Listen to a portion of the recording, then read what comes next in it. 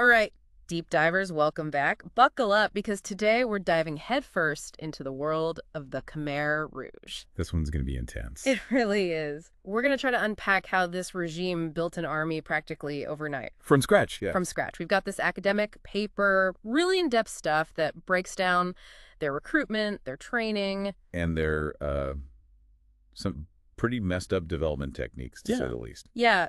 Get ready to find out how they transformed regular Cambodians into, well, instruments of this terrifying revolution. It's a story about ideology gone wrong, how they twisted existing vulnerabilities and created a climate of fear, turning obedience into something. Oh, you'll see.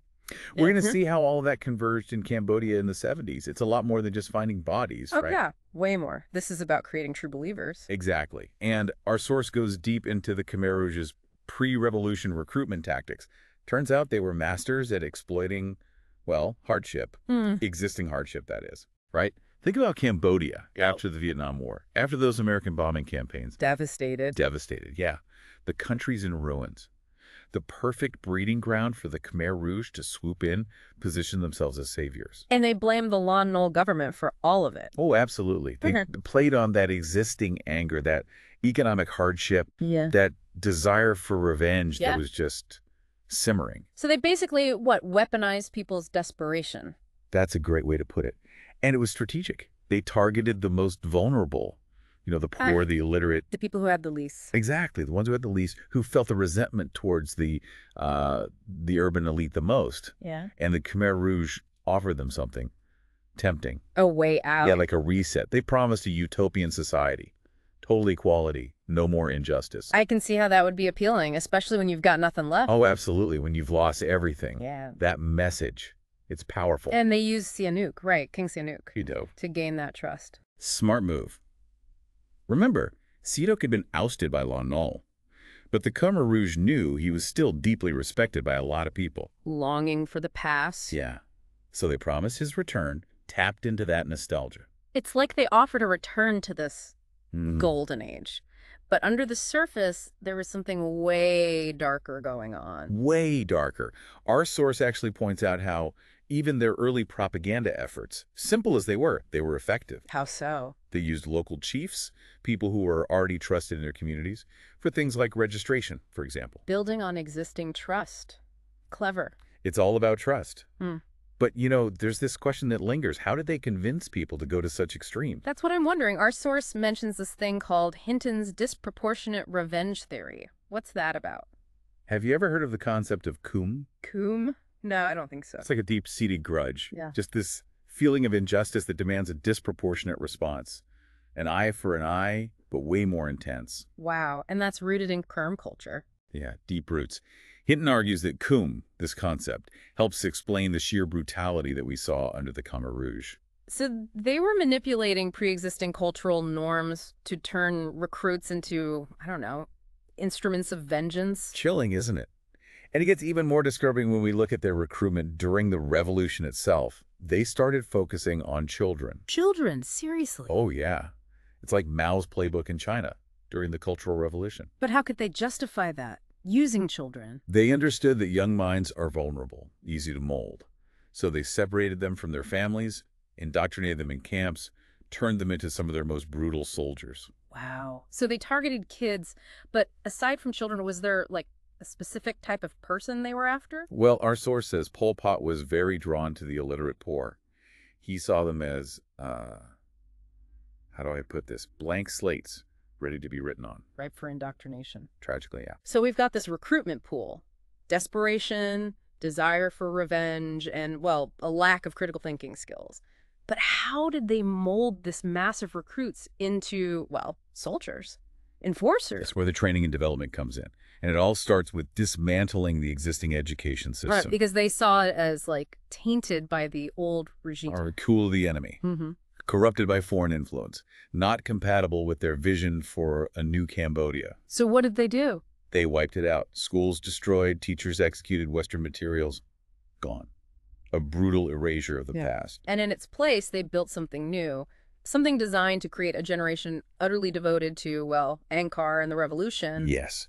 A very basic system, heavy on revolutionary songs, socialist ideology, all carefully curated to reinforce their worldview. But it wasn't just classrooms. They had indoctrination camps, right, all across the country. Camps everywhere, and different types of camps for different types of people. Like specialized camps. Exactly. Some camps were for poor adults. They instilled hatred, desensitized them to violence, teaching them to see enemies all around. And then there were camps for educated adults, intellectuals. Re-education camps, they called them. Like Bon Trebec, for example. Bon Trebec, yeah. Our source mentions that one. It was almost like a twisted finishing school for intellectuals. They tried to convert them to the cause. But many of them ended up Executed, yeah. And then you had the camps for children. Our source really paints a grim picture of what went on there. Kids taught to prioritize loyalty to Angkor over their own families. It's horrifying.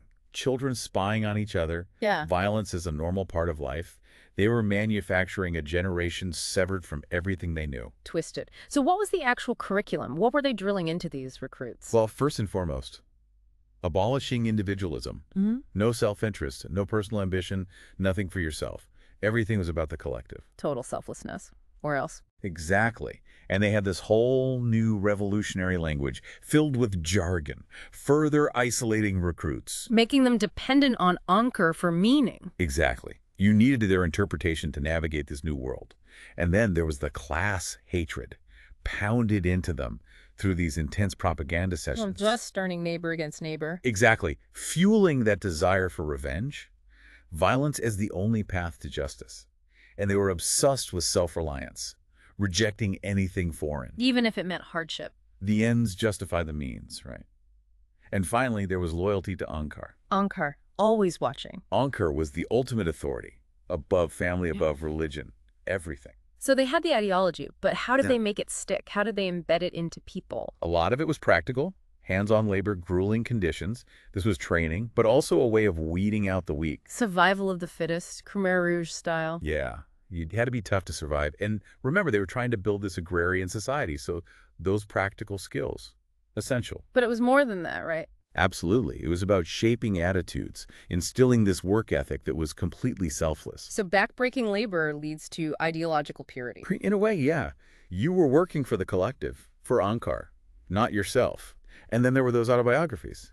Everyone had to write them. Those detailed questionnaires, right, trying to uncover hidden enemies. Right. But it wasn't just about that. It was also about forcing people to evaluate themselves against these incredibly rigid standards. A form of self-indoctrination almost. Exactly. Constantly analyzing their own lives through the regime's lens, internalizing the values. This whole thing seems so meticulously planned, every detail. Oh, it was.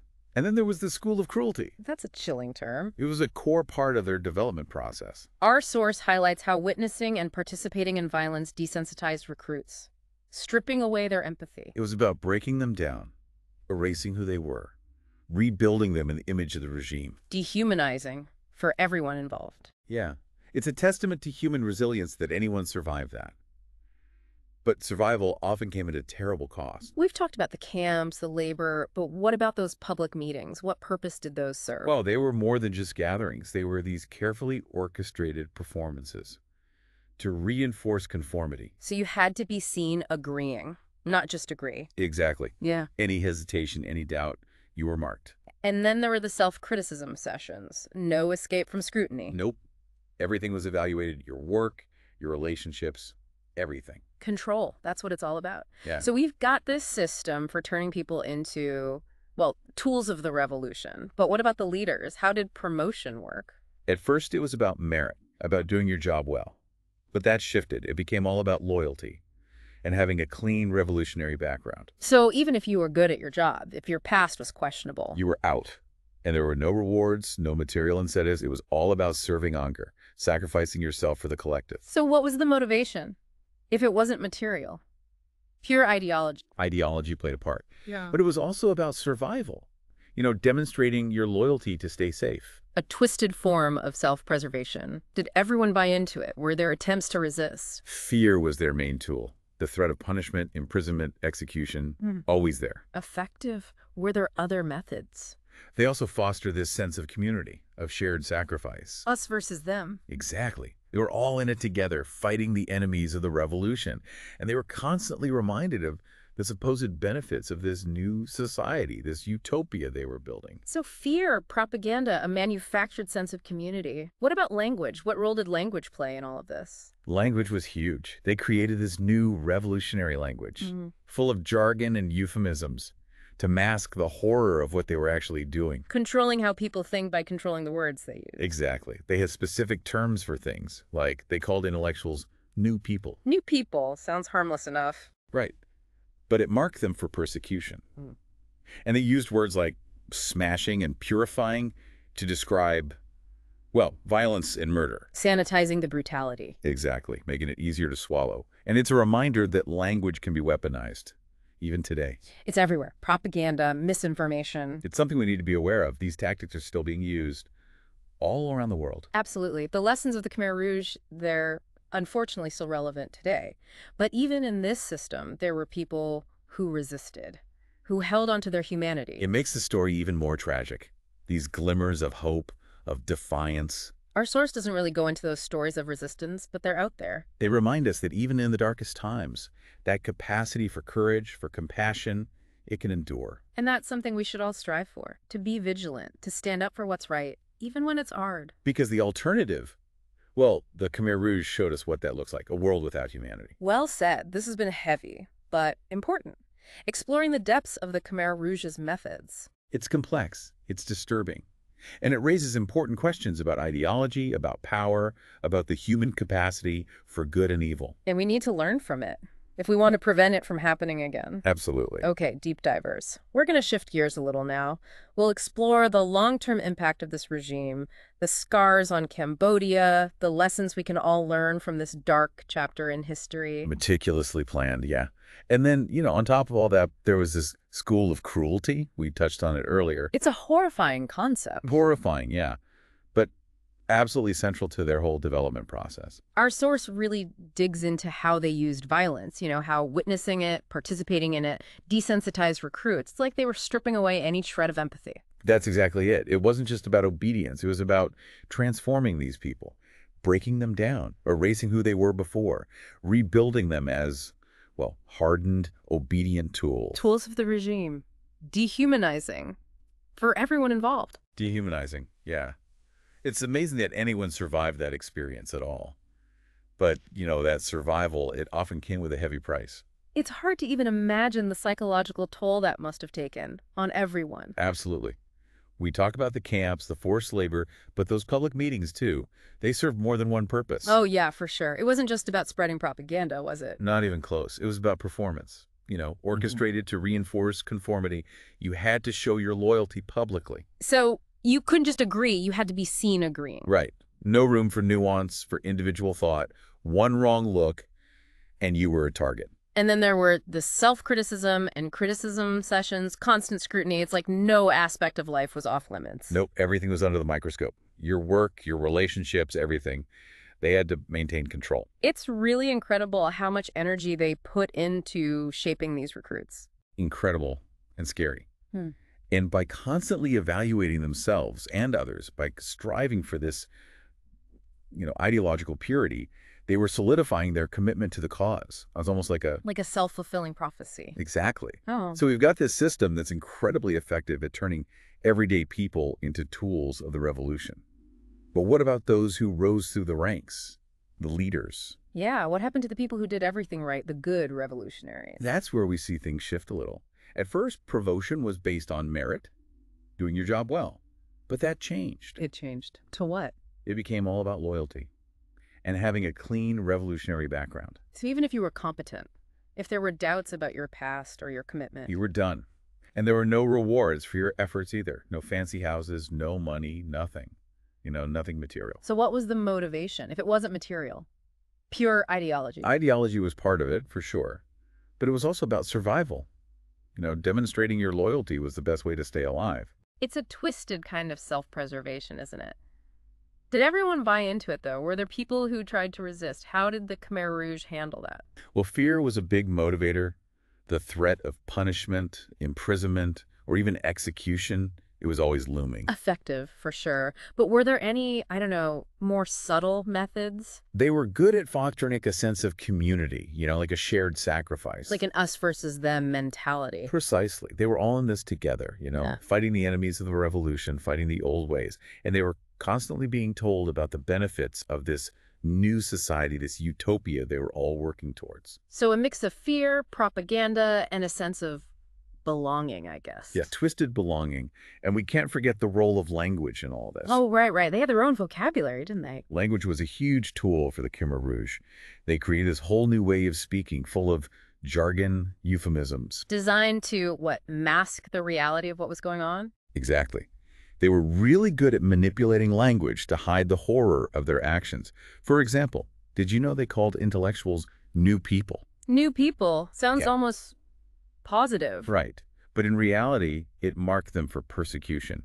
Yeah. And they used words like smashing and purifying to describe, violence, murder. It's chilling how they twisted language to make the unthinkable sound acceptable. It's a tactic that's still used today. Language is powerful. It really is. And it's something we need to be aware of because these tactics, this manipulation, it's not just a relic of the past. It's still happening all over the world. The Khmer Rouge. A chilling reminder of how dangerous unchecked ideology can be. But even in this system, there were individuals who resisted, who held on to their humanity somehow. Those stories are important to remember. They offer a glimmer of hope, proof that the human spirit can endure. Our source doesn't really go deep into those stories, but it's important to know they exist. Absolutely. They're a powerful reminder that resistance is possible, even in the face of overwhelming evil, that the human spirit is incredibly resilient. And that's something we should all aspire to be vigilant, to recognize manipulation, to stand up for what's right, even when it's hard. Absolutely. Because the Khmer Rouge showed us what happens when we don't. They showed us a world stripped of humanity, and that's a world we can never allow to exist again. Well said. Deep divers. This deep dive has been heavy, but so important. The Khmer Rouge's methods, their ideology. It's crucial to understand how these things took hold. It's a complex story, a disturbing story. It raises so many questions about ideology, about power, about good and evil, and we need to learn from it if we want to prevent something like this from ever happening again. Okay. We've talked about how they built their army, how they controlled people. Now let's talk about the lasting impact. The scars this left on Cambodia, and what lessons we can all take away from this dark chapter. It's wild, right? They were going for this total societal reset. Yeah. Like wiping the slate clean in Cambodia. Yep. Anything that didn't fit their worldview, gone. Yeah, it's a cautionary tale about what happens when you take this idea of ideological purity too far. They weren't satisfied with just obedience. It had to be total conformity. No individuality allowed. Exactly. They wanted to turn people into, these mindless drones, tools of the revolution. And it's terrifying how effective they were at it. Our source really breaks down how they combined indoctrination, manipulation, and just straight up terror to get what they wanted. It was systematic. They dismantled the entire education system and then replaced it with, this propaganda machine designed to churn out loyal followers. Families torn apart, children turned into spies. It's like something out of a dystopian novel. Yeah, it really is.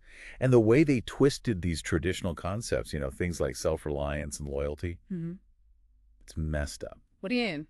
Well, for the Khmer Rouge, self-reliance meant total isolation, cutting themselves off from the outside world. I see. And loyalty. Loyalty was only for anger. That abstract entity became the ultimate authority. So they were manipulating these deeply ingrained cultural values to create this society that was completely under their control. Exactly. And this is where, you remember, that idea of deep-seated resentment. It all comes back to that. Yeah. They basically took that feeling, that need for revenge, and then pointed it at anyone who stepped out of line. Creating this cycle of violence fueled by manipulation and this twisted sense of justice. But there's a psychological element to all of this too, right? It's not just about the physical violence. Oh, yeah, for sure. They were masters at messing with people's heads. Like those criticism sessions, those self-criticism sessions. Yeah. They were all about psychological control. It's wild how they turn self-reflection into this tool for, mass manipulation. They weaponized it, turned self-doubt into a way to enforce conformity. And of course, there was this school of cruelty. We talk about how that desensitized recruits to violence, stripped away their empathy. It's hard to imagine how anyone could come back from that kind of trauma. Yeah, the psychological damage. It's hard to comprehend.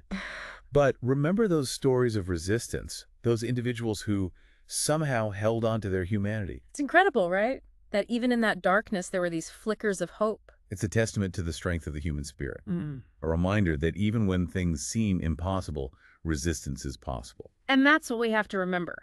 The importance of critical thinking, of questioning authority, of fighting for what's right, even when it's terrifying. Because the Khmer Rouge, they showed us what happens when we give in to fear, to hatred. They showed us what a world without humanity looks like. And that's not a world we can ever go back to. This has been a lot to process. The Khmer Rouge, their methods, their ideology. It's a dark chapter, but it's so important to understand. It's a story we need to keep telling. Yeah. Not to dwell in the darkness, but to learn from it, to prevent it from happening again. Deep divers, thank you for joining us on this journey. It's been heavy, but I hope it's left you thinking, questioning, and maybe even feeling a little more determined to fight for a better world. One where something like this never happens again.